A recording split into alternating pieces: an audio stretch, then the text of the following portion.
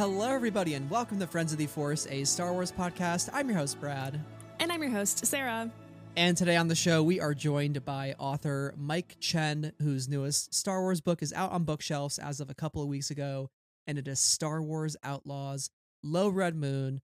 And Sarah, if there's one thing, or multiple things you and I love, it's Star Wars video games, Star Wars books, and talking with Star Wars authors. And we get to do all of those things today, which I'm just thrilled about. Yeah. Go us.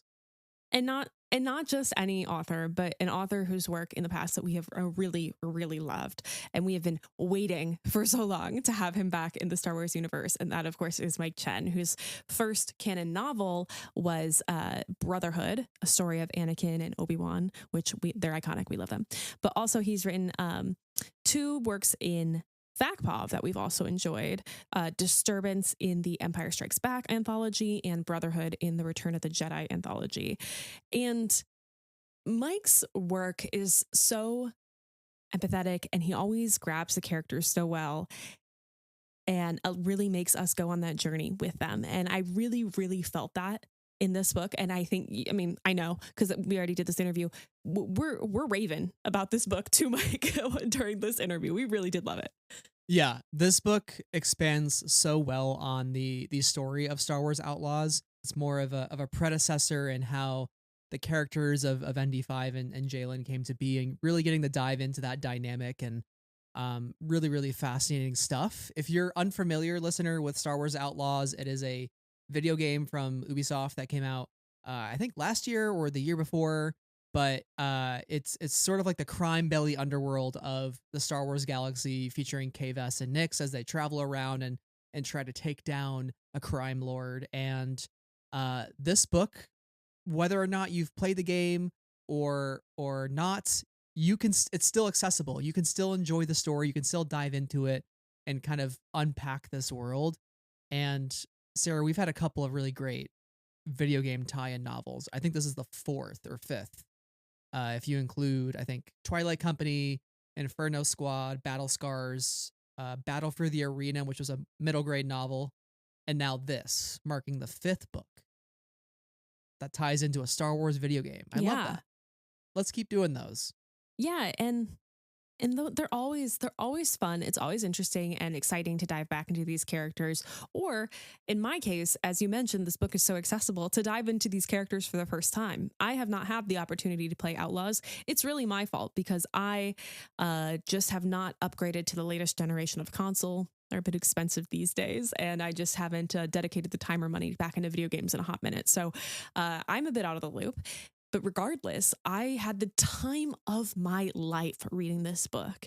There is action that is so thrilling. The characters are so interesting. I am rooting for all of the relationships in this book. And as I was reading about it and attempting to kind of put the pieces together in the future of their story, as we see it in Outlaws, it was such fun. It was so much fun to discover the plot points of Outlaws, because I was like, holy crap.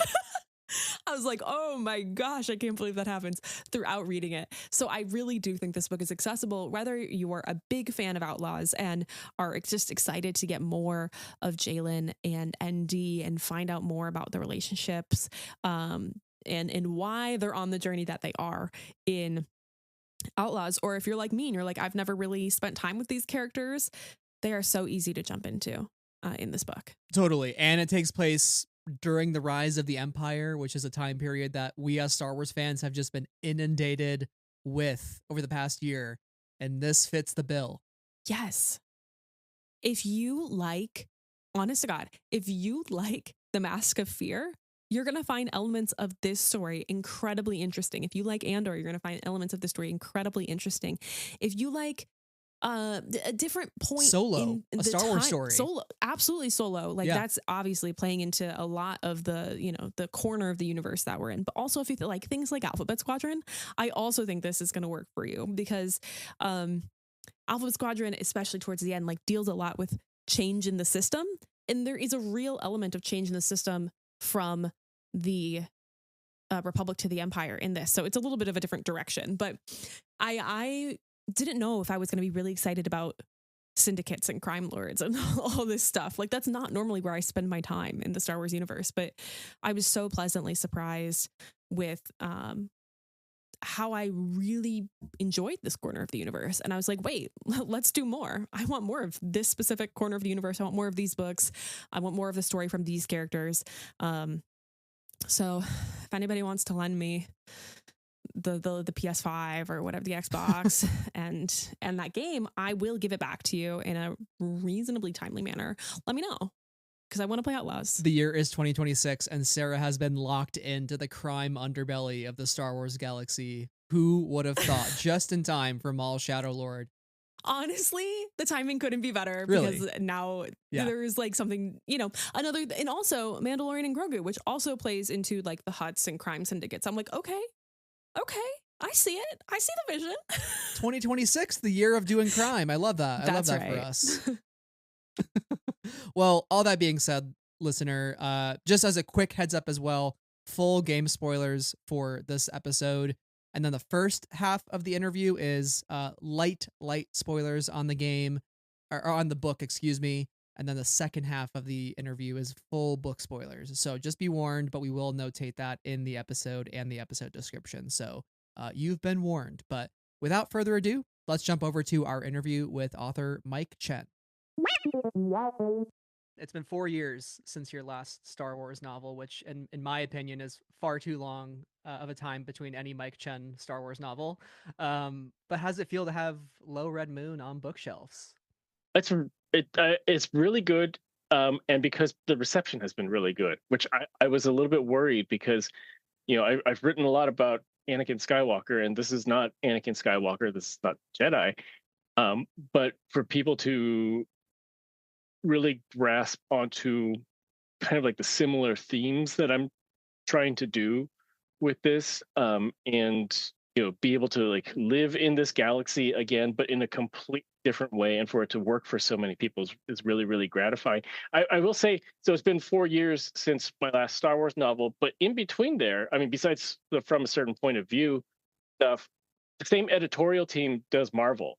And so I had a Marvel book come on, and there's only so much that I can do at once. And so it was really cool that like they brought me into Marvel and let me expand there. And then like right when we were finishing, so my Marvel book is with Moon Knight and Venom. Right when we were finishing that, Gabby, my same editor there, reached out to my agent and said, "By the way, we've got this next Star Wars project." So that's how that came about. I was reading a bit about your Marvel novel and kind of how it ties in perspective to kind of this book, and I was like, oh my goodness, the things you must have been like, I have not had the opportunity to read that book yet, but the things you were doing in that book, and also what you managed to do here, especially with Indy 5, holy moly, I imagine that was a whole new adventure to write Venom and Moon Knight in those ways, and then kind of bring the Venom-ish perspective into ND5. I will say, like, writing, I try to treat every project as like, I mean, original and IP as like something's a little different, so I can learn technically from it and kind of like level up my game. And so this was this was definitely built off of the shifting perspectives of the Moon Knight and Venom one, and then like trying to do that and establish like a firm voice, but still kind of have like that sort of detached presence that either an alien symbiote or a droid would have. Yeah. You mentioned writing a lot of Anakin and Obi-Wan, and we've loved your stories about Anakin and Obi-Wan. This is, as you mentioned, in a totally different kind of lane, in a different corner of the Star Wars universe. What was it like for you to dabble in this new story setting and kind of genre, I guess, within the Star Wars world, and what paths did it open up for you within with the greater Star Wars sandbox? I would say the first thing is that with Anakin, like so much of Anakin's life has been documented. Like there's really only like a few small windows where like you don't know what Anakin Skywalker is up to. this book takes place shortly before Solo, or like primarily take place shortly before Solo. We tried to put this in after the events of Crimson Climb, because that's another underworld book, and then Solo, which is, an underworld story. um and so like that was the biggest thing, is like there's just not a lot established with this. And then when I wanted to bring in aspects of the Empire and the ISB, there wasn't a lot of that established either. I mean, even despite the stuff that we see in Andor. So I wrote this after Andor season one, but Andor season two had not come out yet. Um, but what the ISB is doing in Andor season two, there's a little bit of surveilling, but not in the same way that, like, what I'm doing here is more like general public surveillance, as opposed to is Andor season two, which is like they're very specified trying to get something out of it. So there's things like that where like the world building, there's some flexibility in there, and that was really fun to be able to try to like write onto that. And then as characters, I mean, these characters really only have one story, and that's actually set between Empire and Jedi. So there's a lot of room. Like I know where they have to end up, but how they got there, there's really only like these very loose bits of dialogue that act as framework from the Outlaws game that kind of provide a starting point for it. So there is a lot more sandbox freedom than with Anakin and Obi-Wan. Like, because with Anakin and Obi-Wan, like they have to sound like either like the Clone Wars version or the movie version, and they have to kind of like fit neatly into like what's happening, both like thematically and graphically, logistically. Whereas this is like wide open. So that was, once I got my head around that, that was really fun. Yeah, and I was a player of Outlaws, and I loved the game. I loved the story of Kay Vess, and I think ND5 and Jalen had so much to offer in terms of a backstory. So when I heard this book was coming out, I was like, yes, I'm in. I want to read that. And I know you played the game as part of your creative process, and I would love to know, what elements of that story and that gameplay of Outlaws stuck out to you, and why it made you so excited to dive into it further. So I got the offer for this in May 2024. So that was a few months before the game actually released. And then once we worked out the logistics and I was officially on board, um, we set up a call where I had the entire game spoiled for me about a month before before the game came out. Like this call, like Tom from Random House Worlds was like, "I'm just gonna tell you everything that happens in this game," and we just like was like reciting for about 30 minutes. And then after that, I met with the Ubisoft slash Massive team, and talked to some like the writers of the game, and they put all of these documents available for me, like character profiles, like specific beats of like the main story.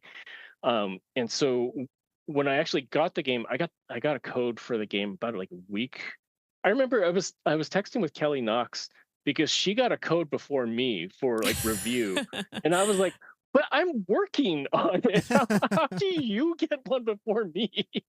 um, so, but then I got it, and it was interesting playing a game with the intent of working in the world, because I basically had I was like taking notes the entire time.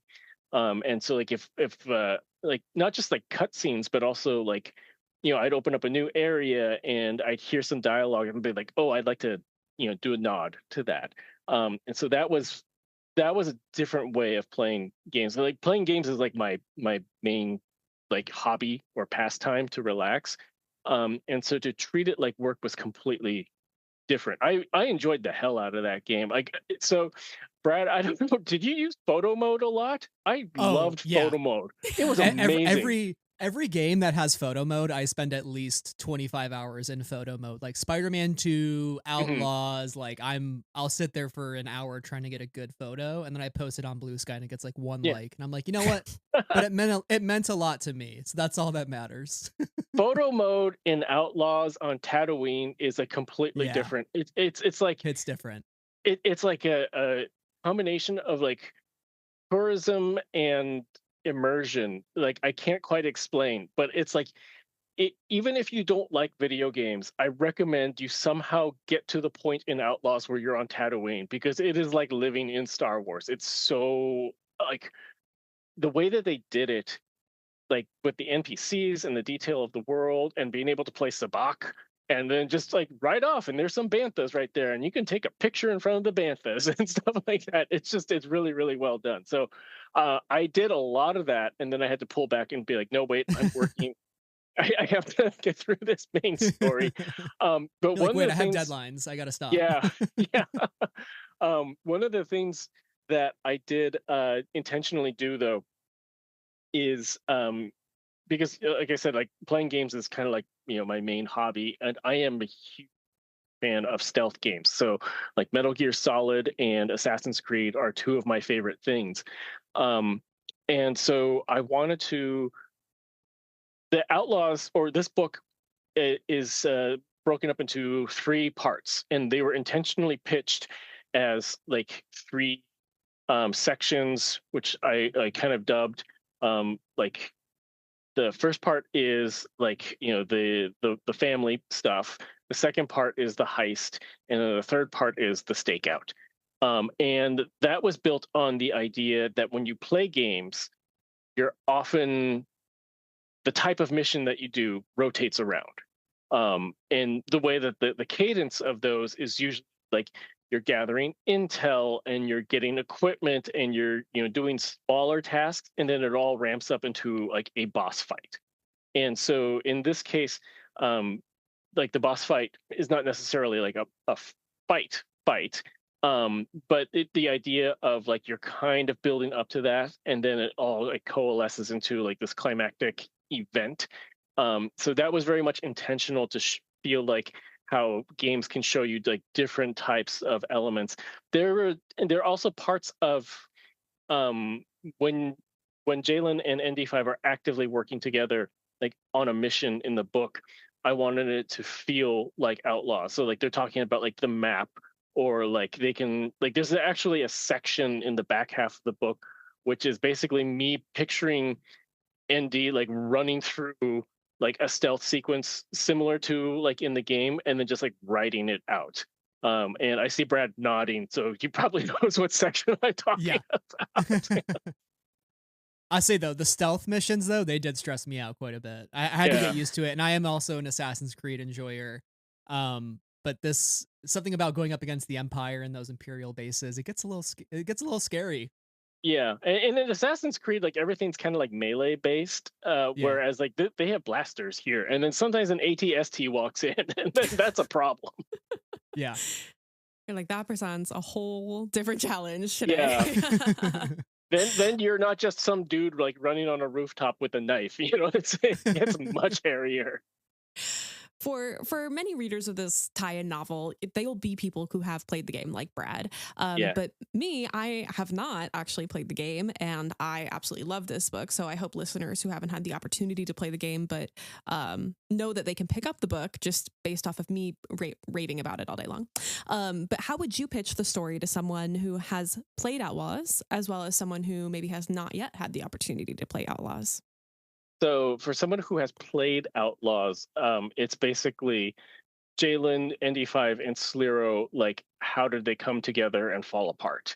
And why? Like, if you love ND5, and who doesn't love ND5 after playing Outlaws, this is more ND5. For someone who hasn't played Outlaws, I pitch it as it's an underworld and ISB story that takes place around Solo, that features several major syndicates, several major characters, and it examines how the underworld works. Actually, I would say it examines how the Empire works and how the underworld works and how they mix together both in official business and unofficial business, while also being a very character examination of what it must be like for someone to live through that and like all the ups and all the downs. I put it at like the corporate part of the Barsha family. I kind of put it as like they're so high up above the law that like Empire and Republic do not matter. Everything they do is transactional. And then the underworld part, they are so low below the law that Empire or Republic doesn't even really matter, and everything that they do is transactional. And you have someone who has experienced both of that within a fairly short time span, and so you get a character exploration with that. There's deeper themes about autonomy and memory and how what is it like to be a droid, and then there's just like how does this all work in the underworld. And some cool action sequences. I would say, even as the writer. I would also, I agree, some cool action sequences as well. I kept texting Brad and being like, this, I'm having so much fun right now. Like, this is crazy. Wait until you get to Yeah. this part. Part 2 specifically felt like I would want this to be a video game mission. It was so well written that It was supposed to feel just like a video game mission too, like so good.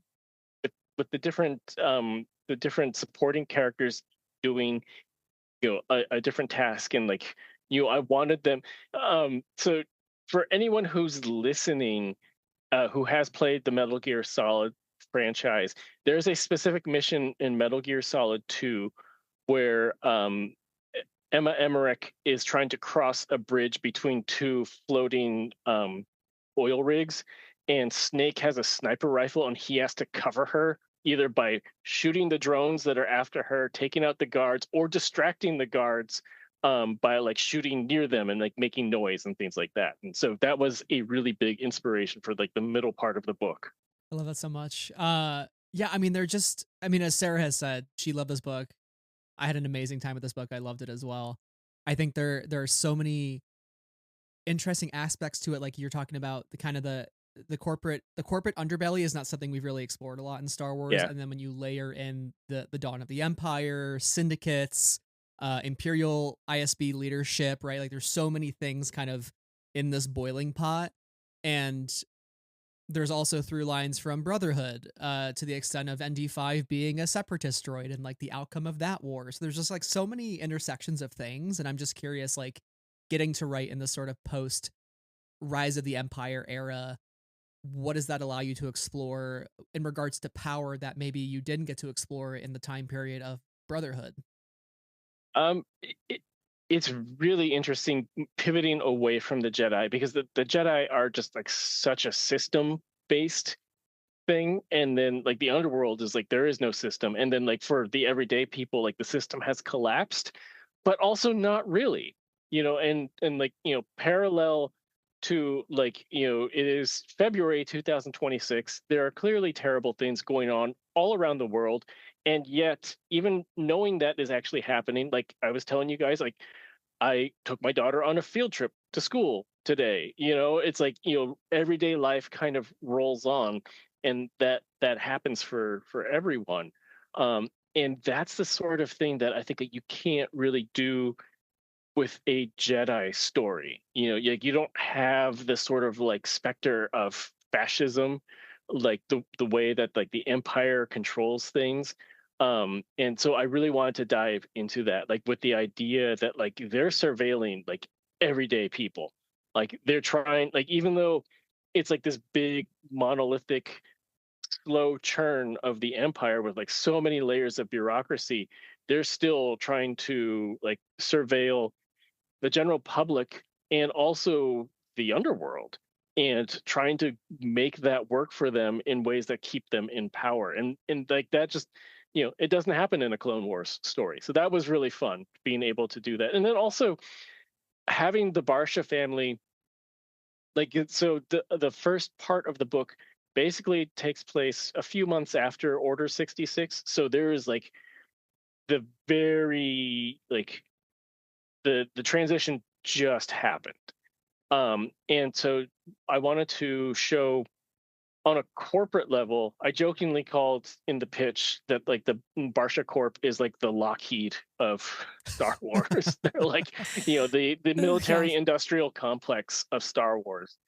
And so I wanted to explore like how like we see these corporations exist. We see the oligarchy exist in Star Wars, but we don't really get face to face in like a really up close and ugly way. We just see like, I think about in Revenge of the Sith how like, this war is coming to a climax, and yet these rich people are just going to the opera. They're just watching the calamari swim around in the circle.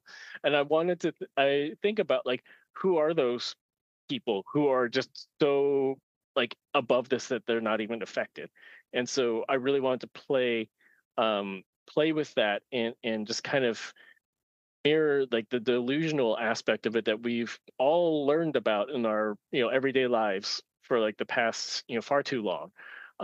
But it's there, it's very present, and it's very real. And so to put that in Star Wars and find a way to like use that as a story driver, that was really fun.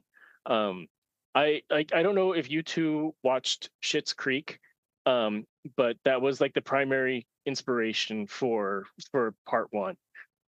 I have caught moments and glimpses of Schitt's Creek, Okay. passing it. It's a very interesting. I see what you're saying, just in my knowledge of it.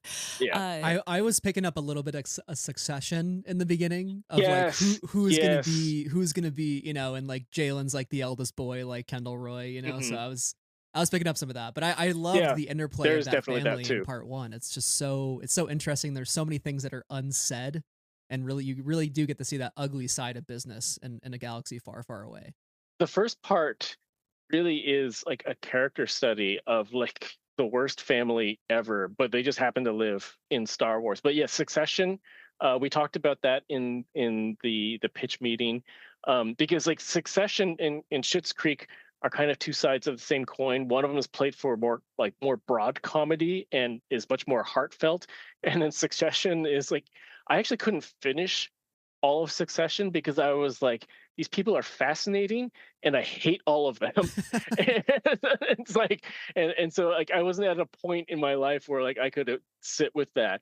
But there was that's kind of the what I wanted to show in with this, is that like, like, again, they don't care about the Clone Wars. They don't care about Empire or Republic, because whoever it is, they're still going to need ships. They're going to need the parts that the corporation produces.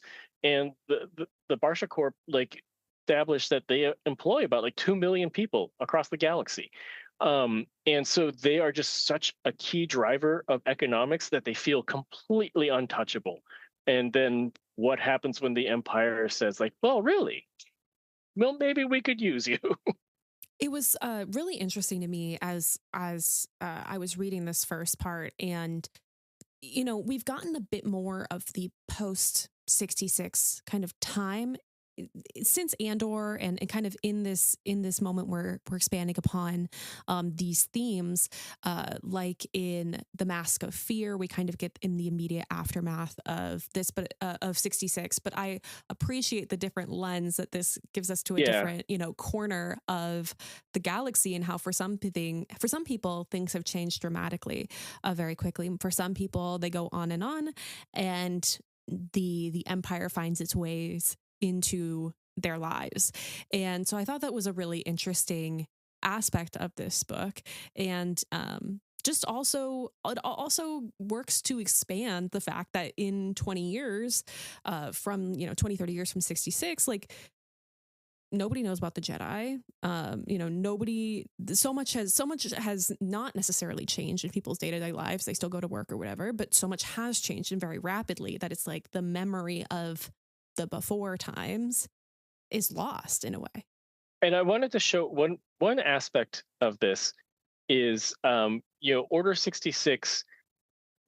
We see it from the perspective of the Jedi in so much media, or we see it from like the deep machinations of the Empire, where they're like concerned about this, like, in order to achieve and maintain power, we have to dismantle the Jedi.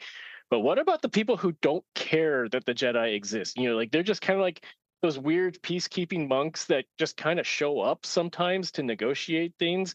And so I wanted that perspective of, very early on. I don't think this is a spoiler because it happens in very early on in the book, but Jalen is fresh out of college, um, and they talk about like, should he be concerned with like the state of the war and the transition and stuff, and his parents are like, that doesn't matter, he's in college, he's cultural, he's like becoming more cultured, like that's what matters, because like in the end the war ends, so who cares.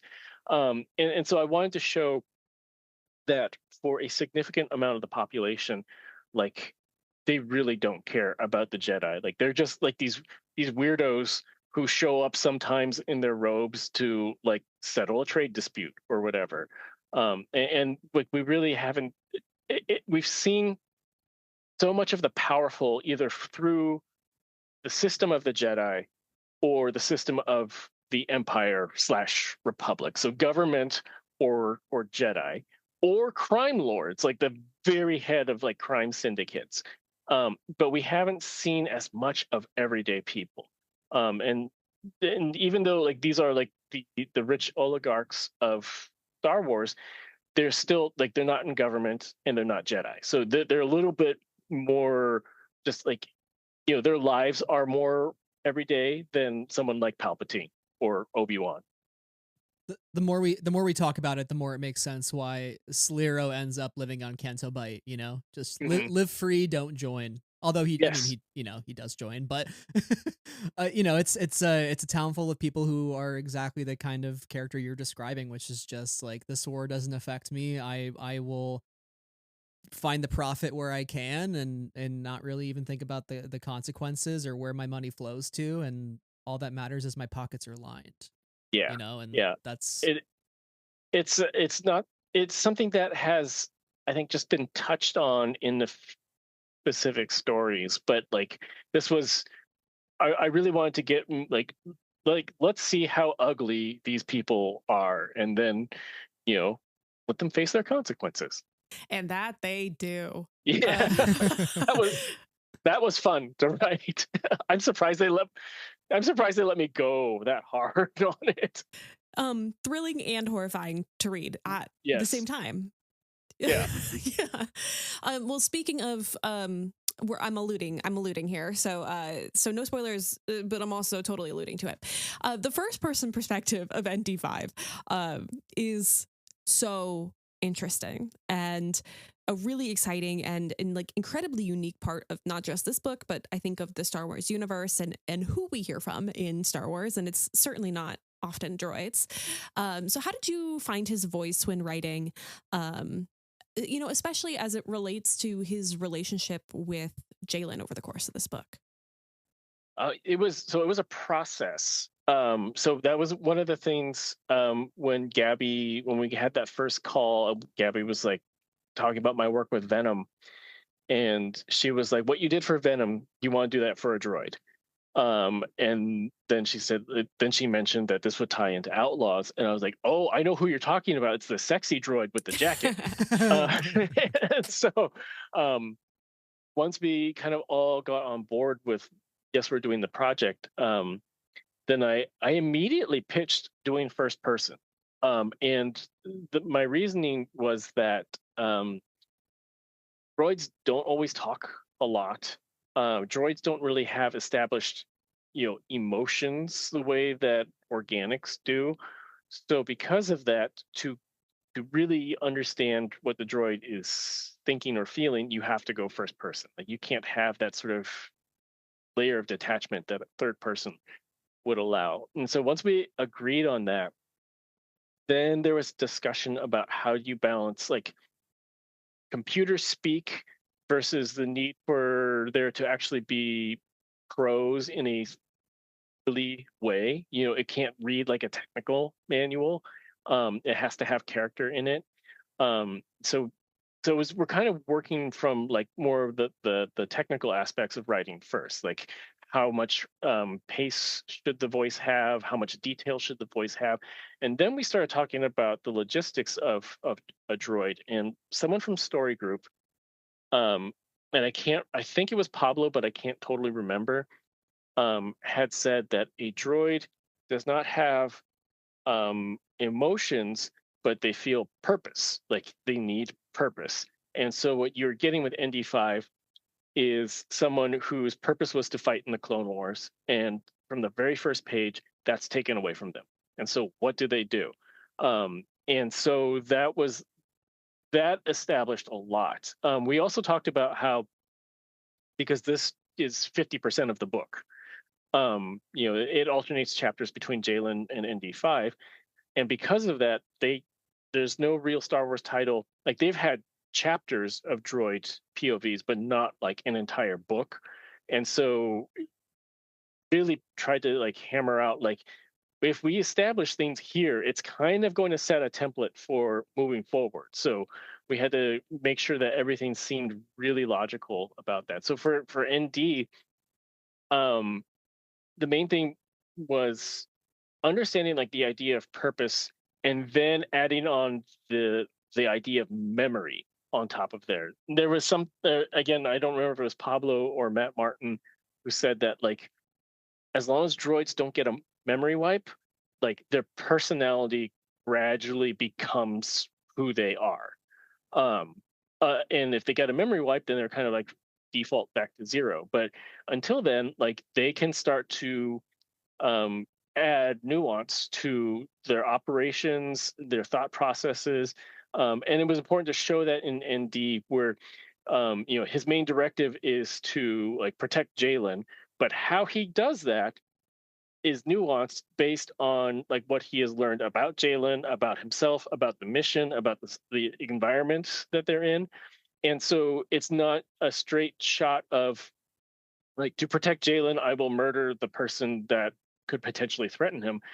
It changes now because he's able to weigh that, like, should protect Jalen, but theoretically, like, I could protect him better if I help him earn credits or establish himself with more partners or things like that. And so it's building out ND's capabilities. So I had used the analogy, he's like very like powerful but naive child. And the relationship builds out from there. And I don't want to spoil it from there. Maybe Sarah, should we jump into spoilers at this point? Because I know we're kind of Yeah, at that point. Maybe let's. we could. We've This got might be a some- good. let's we got go. some- Maybe this would be a We've good got some point. explicitly spoiler questions. Yeah, yeah. Okay. So okay, We want listener, answers. listener, spoilers for Low Red Moon from The here book, on out. yes. So And the game. and everything. everything's on the table. Yes. Okay. But yeah, I think maybe to your point about ND5 kind of having that autonomy and finding different ways to protect Jalen, while throughout much of the book, Jalen doesn't necessarily reciprocate that level of protection. He's really only, when he does protect ND5, it's because he's saving his own skin. And then, the idea of the restraining bolt continues popping up, and that idea of like, freedom versus not freedom. And, ultimately ND5 is forced to do the things that he wouldn't do otherwise with his autonomy. I think that's the most tragic part of the character.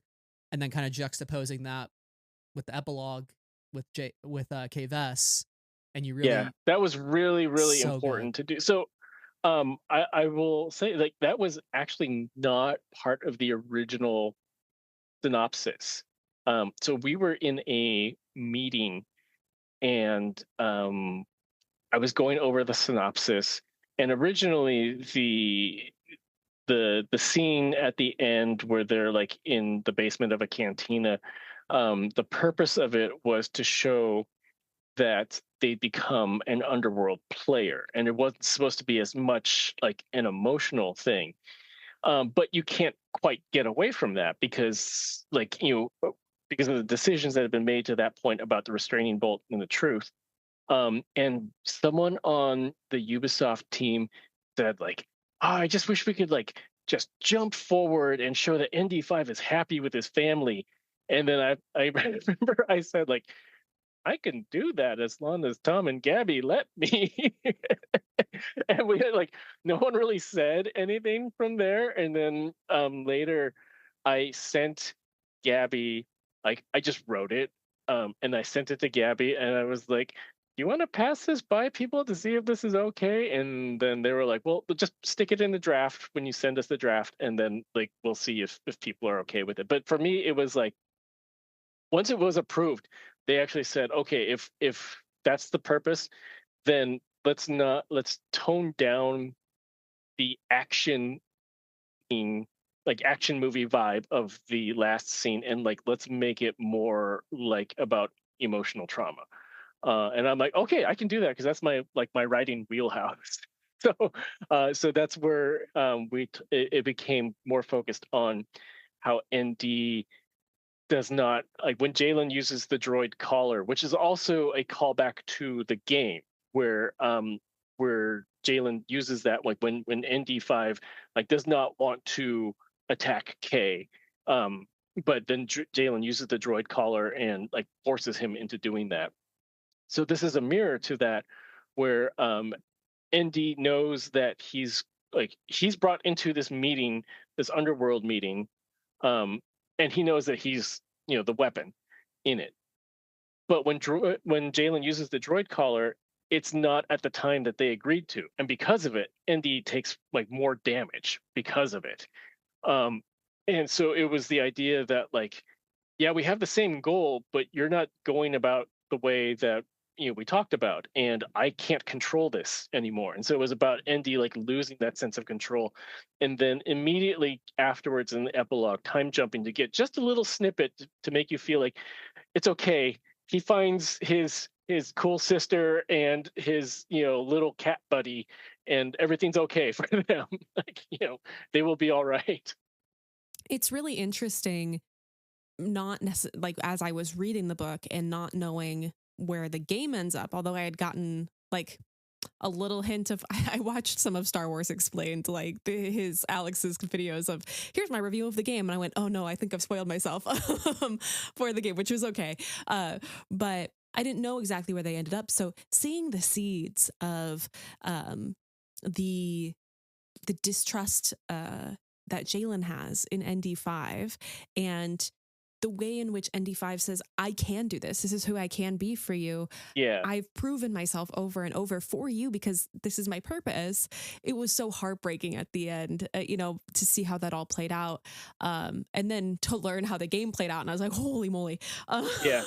Have you watched an edit of like the cutscenes? I've not seen the whole game, but I have watched many of the key plot points that are especially relevant to the book.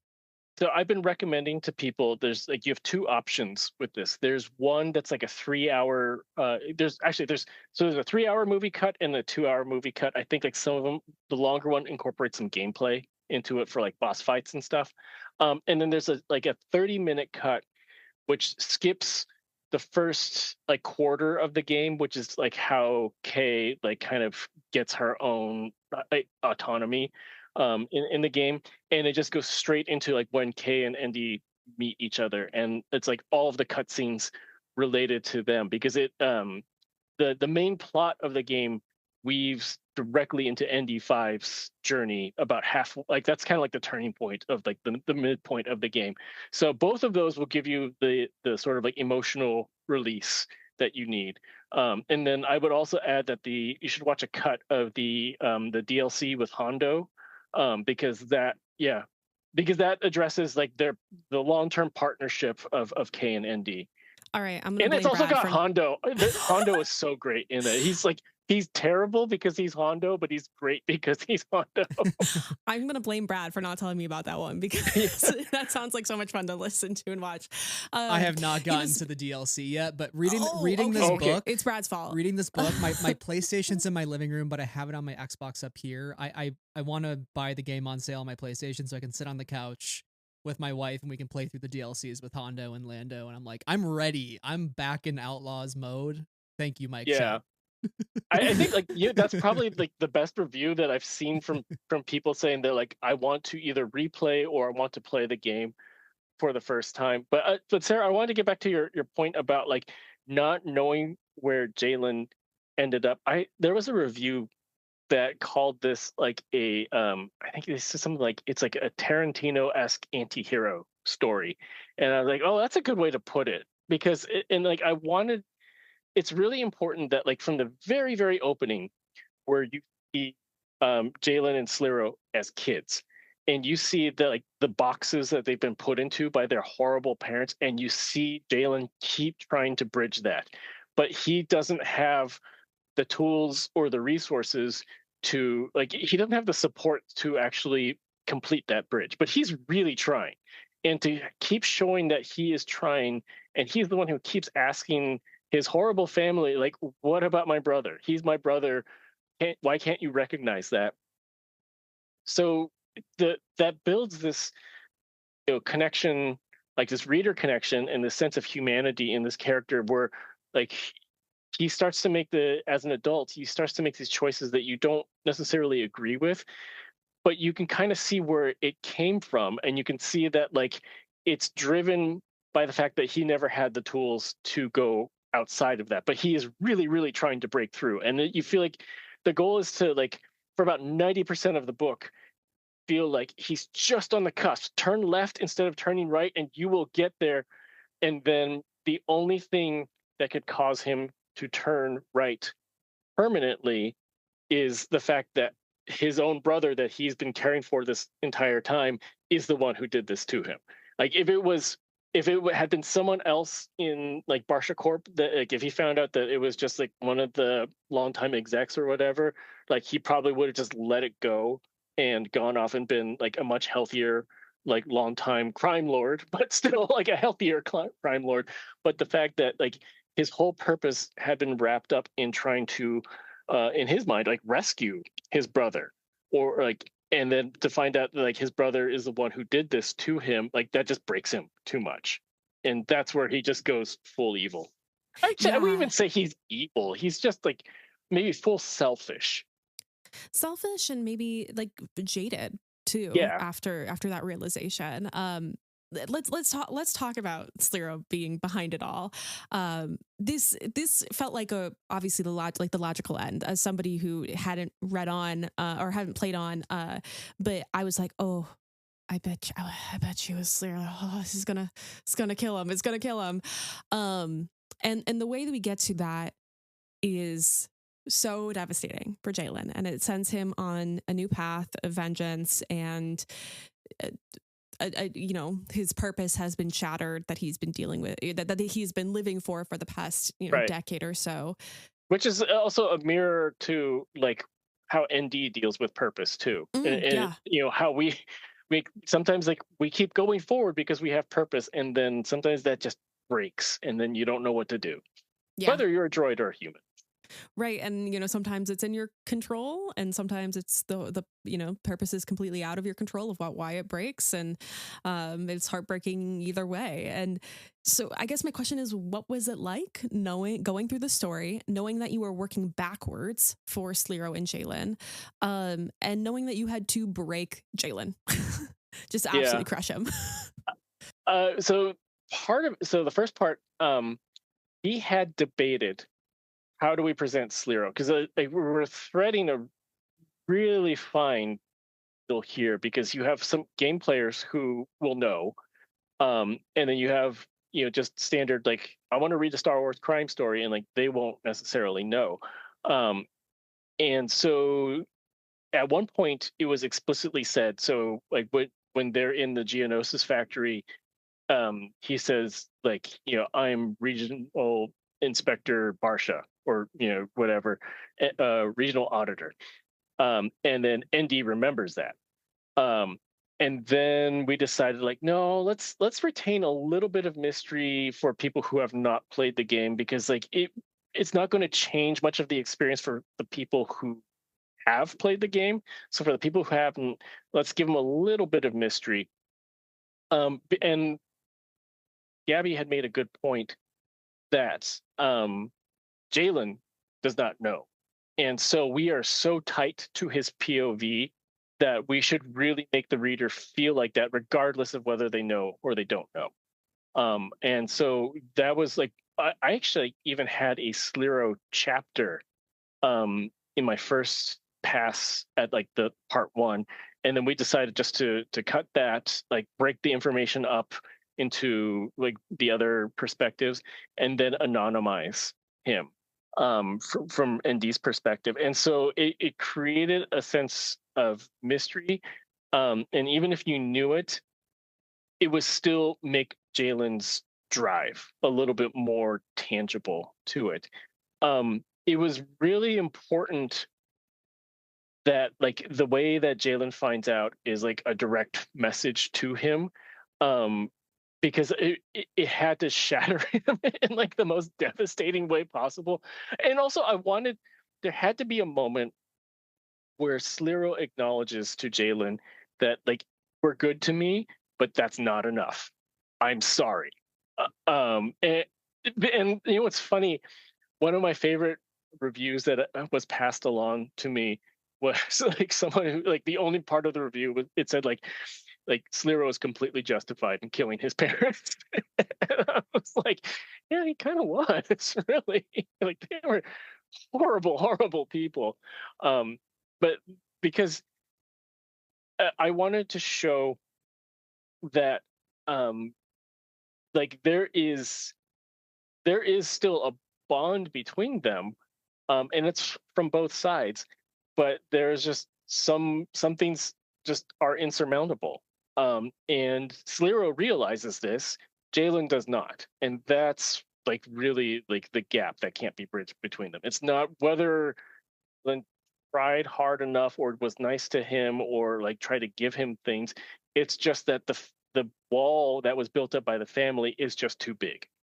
Yeah, that's what I was thinking when I was, reading part one, especially that first chapter when we first see them as kids, is they've been put in these boxes. And as you said, Jalen is trying so hard to build that bridge, but Jalen has no idea how to deconstruct the box that he is in order to actually like meet Sliro as a real full person and not just somebody in another box that's like much lower than him. Yeah. And I They think we need so see much that. therapy. Yeah. But like we see that again when he's like, I want to bring you on as my executive assistant or what, whatever the specific title was. And so I was like, yeah, but you can also see where it's like, okay, this is still a slap in the face, from Sliro's point of view. You're accepting everything that mom and dad are saying about us or, about you. And you still think of me as a sidekick. Yeah, exactly. Yeah, it's like Jalen because and Jalen doesn't know any better, and I think that's like the real tragedy is if he had a support system that really showed him how to break systems, um, then like none of this would have happened. But because his life is so tightly controlled by his parents, he never really gets exposure to that. And so even though he is thinking for himself, he's not going along with what they say, he's still so limited into what he's actually been exposed to. And so his mind like can't even fathom that. Like he's thinking like I am bringing you on board. I trust you, but like the idea of like well what if we both quit and go elsewhere or what if like you make me co-ceo and like we really are both in charge like his mind can't go there because like that just doesn't even exist and it's because of the box his parents put him in. Mm-hmm. Brothers. That's difficult. It's difficult stuff. First, Yeah. you wrote a book about brotherhood and how great it was and how Yeah. and now it's like brotherhood, throw it out the window. Yeah, well so that's the thing is with this Slira or Jalen is treating ND5 as kind of like his stand-in for Sliro. Yeah. And in the same way, he's putting ND in a box and not being able to see ND for who he is. And if he could just let go of that framework, they could be a really awesome team. But he can't because his real brother killed his entire family and stole his life from him. Yeah.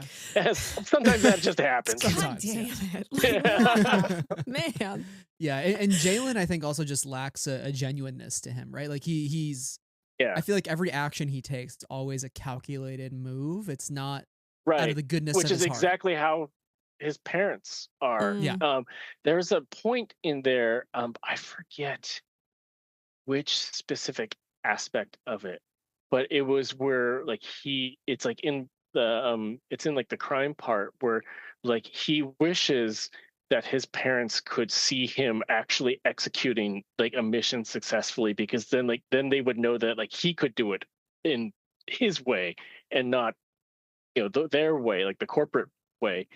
And like that just says everything about him. Is like, this, he has the double trauma of living in this insane box that his parents have put him in, and then he has to deal with the fact that like this droid like murdered all of them and destroyed everything that he was like told, like, this is going to be your life, this is who you are. So he's got to deal with like multiple levels of things stealing his ability to trust anyone. Um and so the symbolism in the third part, where when he gets the cover list, the data pad with it, and he carries it with him everywhere like a security blanket. And he even talks about how like it should actually be safer on the ship, but I need it with me because it's too important. Like I have to have it with me. And that just says everything about him right there. It's like he's been so shattered that he has lost the ability to do that. And unlike ND5, who eventually gets someone who's compassionate to him in Kay and Nyx, that just never happens to Jalen. And even Laurel, if I'm getting the character's name right? Laurel Yes. for ND5. I'm almost thinking of like Jalen and ND5 as kind of this tale of like nature versus nurture, where Jalen, the nurture aspect of growing up in this corporate family, never having that support system, and he never quite gets out of that, and doesn't look down the paths that he should when he gets the Yeah. chance. But then like It doesn't ND5, even exist for him. yeah, Yeah. and like ND5 being a literal assassin droid, that's his nurture. But despite his operating mode, he somehow goes out into the world, meets new people, and comes out better for it. So It's that very also goes interesting. back to the idea of like for droids, like as long as they don't get a memory wipe, like their personality is going to build.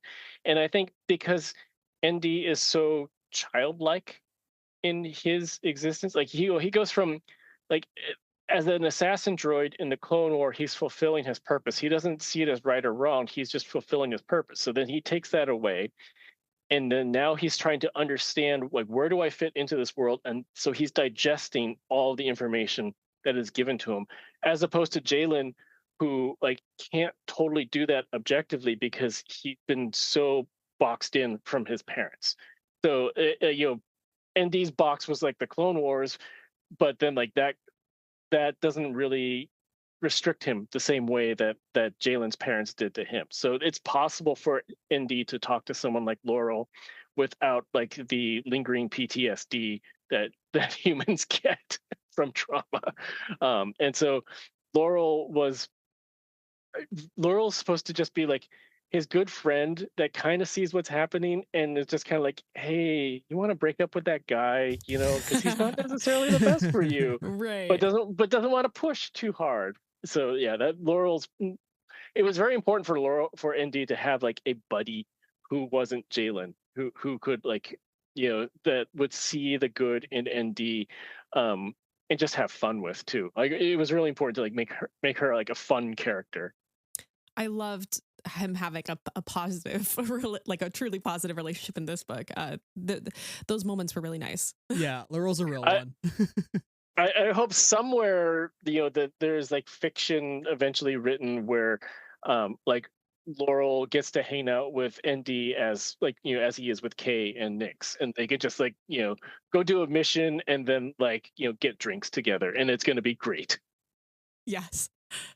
Okay, now that we've mentioned Laurel, I definitely want to talk about some of our returning characters as well that we get to talk to or get to see in this book.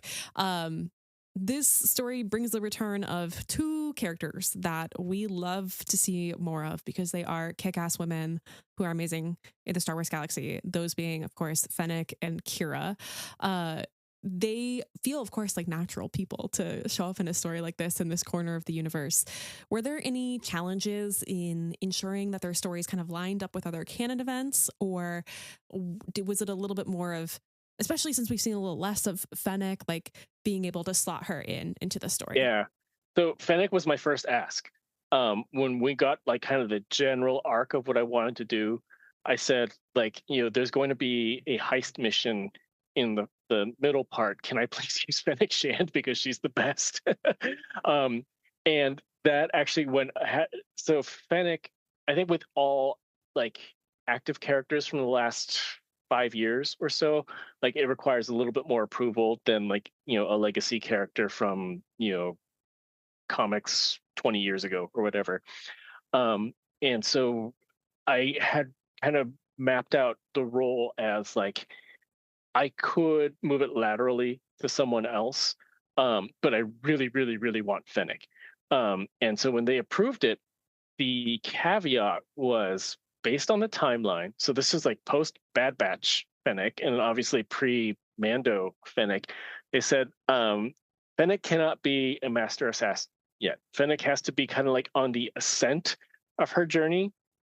And the way that I kind of framed it for myself was that like Fennec is like a star athlete on a pro team that's just about to turn into the league MVP. Like you can see it happening, but she's not quite there yet. And so the way that we talked about it was like, okay, she's in demand, but she's not the one that everyone's like terrified of yet. But the people who worked with her know how good she is and know where she's going. So there's some moments in there where Jalen acknowledges that her price is going up, and he wants to get in good with her so that like when she becomes the Fennec that we know, that like he could be on her good side and be on her like call list for missions. And then Kira seemed like a really natural person to throw in because Kira's in Outlaws. And so I wanted to have a little bit of tie into that, but then also like the underworld. She's pretty powerful in the underworld. So we talked about like, did we do this pre-solo or post-solo? And the main deciding factor was that this book has a Crimson Dawn outpost that's kind of remote, and it's kind of like a utility outpost that has a couple different functions. And someone on Story Group pointed out that like if Kira's like in charge of Crimson Dawn, she would send someone to do this. Like she wouldn't be doing this herself. And so that was a deciding factor. Is like we just backed it up from Solo just a few months, and then I talked to E.K. Johnston, and I said like, this is where we're putting Kira. What do you want me to throw in from Crimson Climb? And so she pointed out a few details about like Kira's mindset at that time. Like she is ready to overthrow Dryden Voss. She's just looking for the opportunity.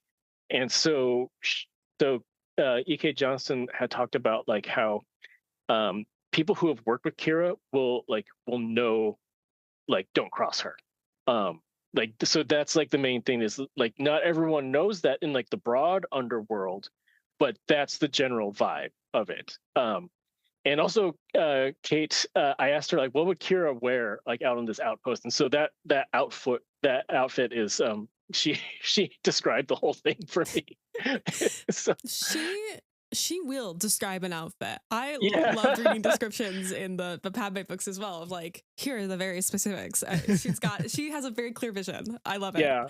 So that was how we got Kira in there. And there was we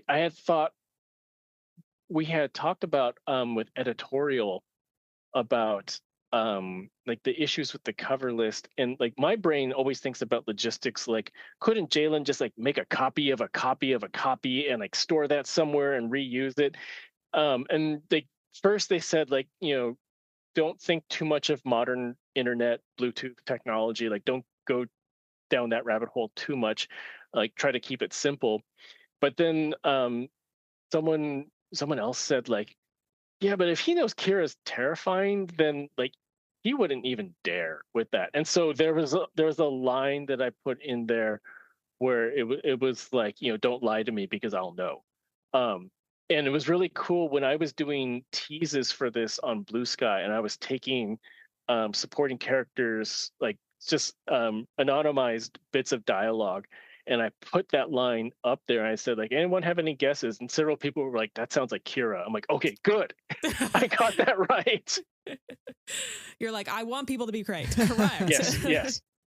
It's always a good day when Kara shows up. I was so happy to see her in Outlaws. I was happy to see her here. Hidden Empire, I think Charles Soule did a great job. EK, of course, with with Crimson Klein. My fingers are crossed. Shadow Lord, maybe she'll show up in the underworld and square off It against them would all. make a lot So of sense. I Though I think yeah Shadow Lord, it's supposed to take place, I believe, in like the first year after Order 66. I don't know yeah if they're going to time jump in later seasons, so you have to like fit in the practicalities of age in there too. yeah totally yeah. I think they're I'm really excited for that show, but hopefully just not the last of Kira that we've seen. And other characters that we have not seen the last of, which was a huge shock.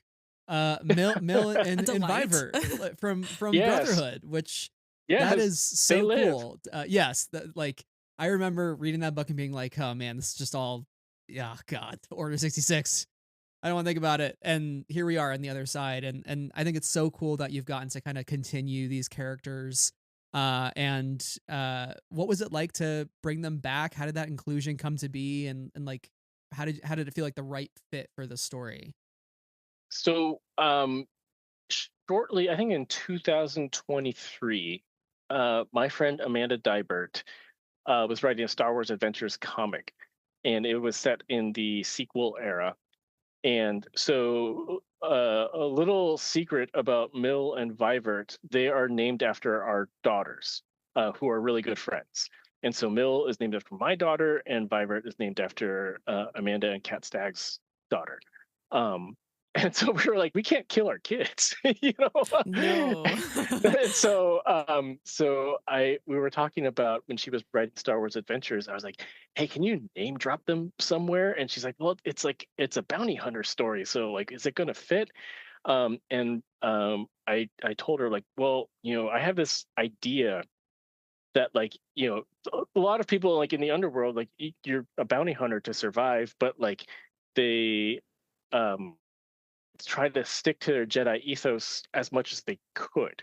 Um, you see that in their characters in Brotherhood, like they don't necessarily work within the system, but they're willing to do what's right. So she name dropped them in there, and then I was like, that sort of headcanon of mine, like it always just kind of lived on, and I was like, oh, I just need an opportunity to throw that in there somewhere. So then when I was mapping this out, it was again similar to Fennec Shand, where I was like, I know where the story is going, and there has to be someone like who's in the underworld who's willing to help Jalen. And Jalen's at a point where it shouldn't necessarily be like a cutthroat transaction, as you sometimes get in the underworld. Like there should a little bit more, not benevolent, but it's like someone who's like not just trying to get out for themselves. And so I put that in there, and I remember I added like in the Microsoft Word document, I added a comment. I said like, I know this is really self-serving. It's okay if you guys don't approve it. Like I can go elsewhere, but this would be really, really cool. And then I remember I got a note from Gabby saying that Lucasfilm was okay with it. And so that's how it came about. And then actually getting to write them and to kind of world build, their ship and their operation and what they're doing out there. Oh, the note from Lucasfilm was that they could not explicitly show Jedi powers, and I remember replying to that with, "That's totally fine because Jalen doesn't care about the Jedi. Like he would not notice it at all." And so there's a few subtle moments where Mill does use her Jedi powers and he doesn't even notice. And so it's one of those things where like for the reader, if they're not looking for it and they don't know who these characters are, like they probably would not get it. Um, but for people who have read Brotherhood and know who they are, they're like, "Oh, she's doing a Jedi mind trick right now." Like that's what she's doing. Yeah, that's what worked about it so well was like it didn't feel like you're missing something if I didn't read that book. It was just like these two characters, if you know it, you know it. If you don't, that's okay too, right? And it was so awesome to see them show up. I think you got to do a lot of cool things with this book looking back. I mean, it's just such an incredible piece of work. And then the cherry on top of it all is Jay Rincon and Eric Johnson coming to voice the audiobook, which Yes. I listened to most of this on audiobook. And it Mhm. was an incredible It's so good. experience. It was so It's good. so good. So I had looked up, um I think I was in the early drafting, it was December 2024, and I emailed the editorial team and I said like, "Hey, I know this is a long ways away, but it would be really cool if the voice actors could do the audiobook." And I remember Tom said that for projects that have a voice associated with them, like when Sam Witwer did the Shadowhunter like re-release. Um, so they said like they try to they're aware of it and they try to get them.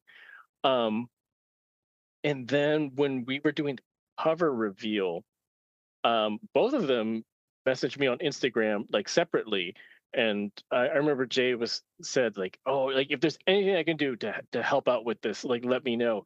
And I was like, "Well, I like they sound very into it," and so I let Tom and Gabby know that like, "Hey, I think if you ask them, like they would make it work as long as it worked like logistically."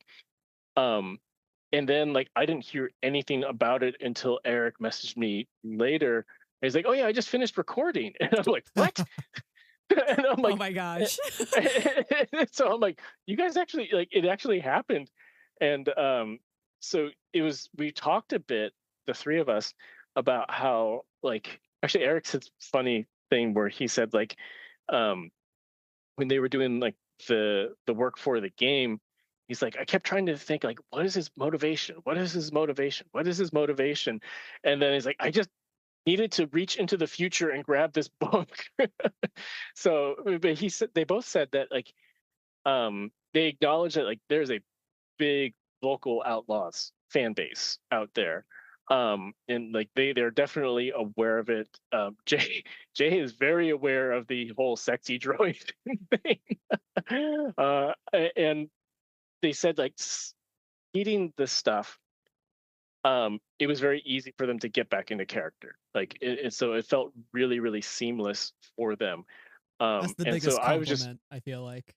yeah, I was just really appreciative that they were able to make it work. And Eric said something to me where he said like when you do gigs like this, you don't necessarily get a chance to revisit a character or a world as much as you want to. And so for them, they were both like just happy that like we got to build onto it more. And so um I hope it lives on elsewhere too, like because there's plenty of time to tell more stories.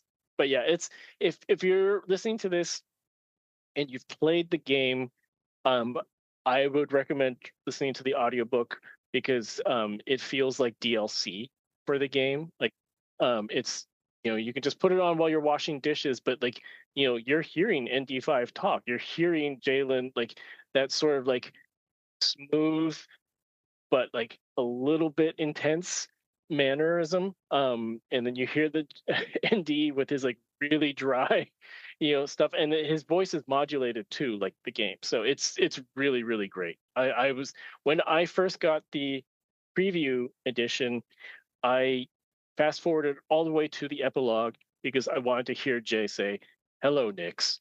Because I wrote that line specifically because it's one of my favorite parts of Outlaws. Is just like you see, like when Kay goes back on the ship, Andy's just doing something, and he just says, "Hello, Nix," and because that it says so much about how Andy is so comfortable in this new environment of being with Kay and Nix that like this little cat creature, like he just says hi to him, and there's like a comfort level there. And so I really like that was the first part of like writing that epilogue is like I needed to have him say that in there. Yeah, I listened to a bit of the audiobook. I for once in my life, I actually read paper. But it was really, really cool to see the pieces come together and then like watch a cutscene and be like, oh, I get it. I get it. And so I'm really glad that they were able to do it because I think it brings multiple pieces of the universe together. So really glad that it happened. As we kind of wrap up, as our time runs to a close, what do you hope readers take away from Low Red Moon? Mm. Oh God, there's so many things, and I think it really depends on people bring different perspectives with it. Like with Brotherhood, it was like I wanted readers to feel like it was a very effective bridge between Hayden and Ewan Bat and James Arnold Taylor, while also having like a sort of mirror to real world politics. Like if they could both absorb both of those things, then that would be great. With this, because like there's the world building aspect of it, there's the droid aspect of it, there's the game tie-in aspect to it, and I think like any of those things, um, and just like the underworld adventure aspect of it, because I think like it's I don't get me wrong, like I love the Jedi. Clone Wars is like my favorite Star Wars, like anything, but it's really nice to just get away from that and see what else is happening in the galaxy. It's I think like as great as Andor was for being just great, it was also refreshing to just like live in this different uh, framework of the galaxy. So I hope it helps kick open the door for more just like pure crime books. So I think like of those things, like you, if you want to tie in, if you want more of the Outlaws characters, like I hope you get that out of there. If you want crime and underworld, I hope you get that.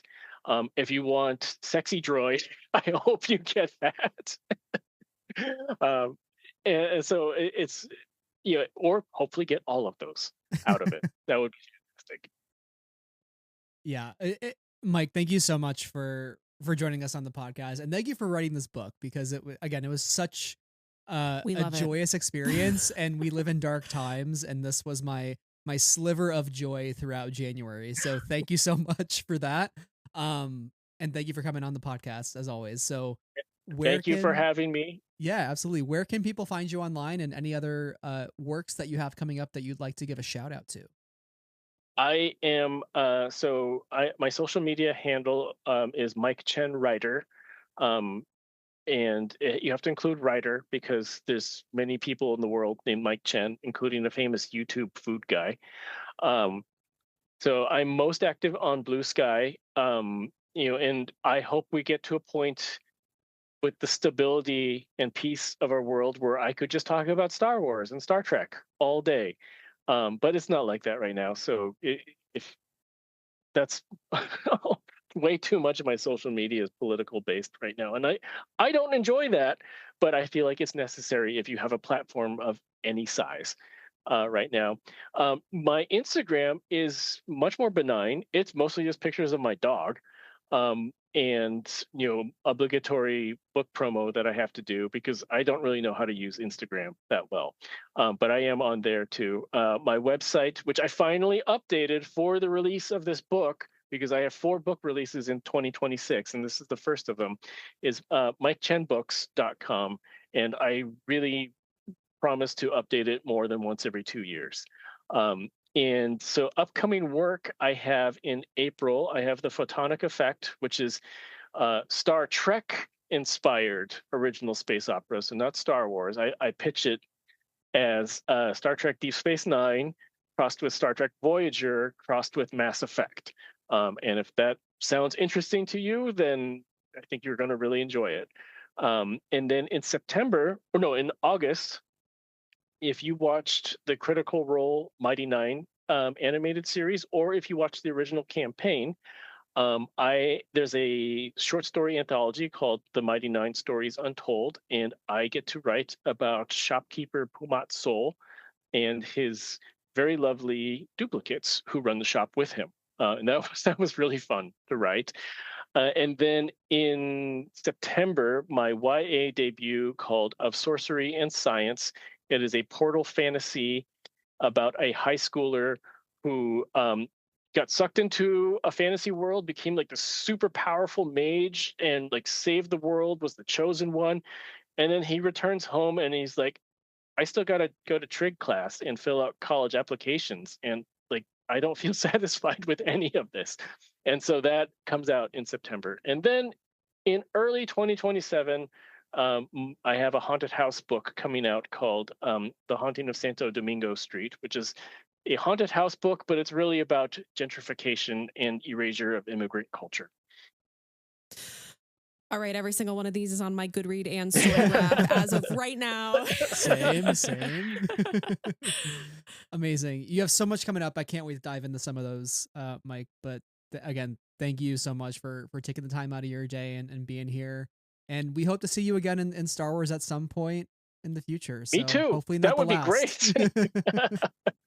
I have let everyone there know that, like, anytime you need me, I would love to come back. It's one of the few things where I will make it work with their kind of insane deadlines and my kind of insane schedule. Like, Star Wars is always worth it. Absolutely. Totally. Hard to say no to Absolutely. Star Wars. So Yes, exactly. but with that being said, Mike, thank you once again. Thank you, listeners, for tuning in. And until next time, may the force be with you. Thank you all for listening to this interview with Mike Chen, and a big thank you to Random House Worlds for a review copy as well to have this opportunity. Very, very exciting, and always a good time to have Mike Chen back here on the pod, Yes. Sarah. For all of you listening and who want to hear more from us here at Friends of the Force, you can find us on all of our socials, but mainly nowadays Instagram and Blue Sky. You can find me personally on those places as well. So stay tuned for more episodes. Drop a like or follow or review wherever you listen to the show. Let us know what you think, and hopefully we'll see you around for the future. Yes, thank you so much for taking time out of your day to listen to yet another conversation here on Friends of the Force. We are always so grateful for your time and for your friendship in fandom. So shout out especially to our patrons who help keep the lights on at Friends of the Force. They are Andy, Brian, Cheryl, Clay, Emma, Ian, Jennifer, Josephine, Katie, Knights of Ren, Crystal, Logan, Lindsay, Matthew, Nicole, Rob, Ruth, Santa, Skytalkers, V-Glyph, and our newest patron, Mark. Thank you all so much for your support, and thank you to all of you. I hope you enjoyed or will enjoy Outlaws Low Red Moon just as much as we did. Please take care of yourself. Stay warm. Stay healthy. See you in the next one. Absolutely. Thank you all once again. And until next time, may the force be with you always. Bye.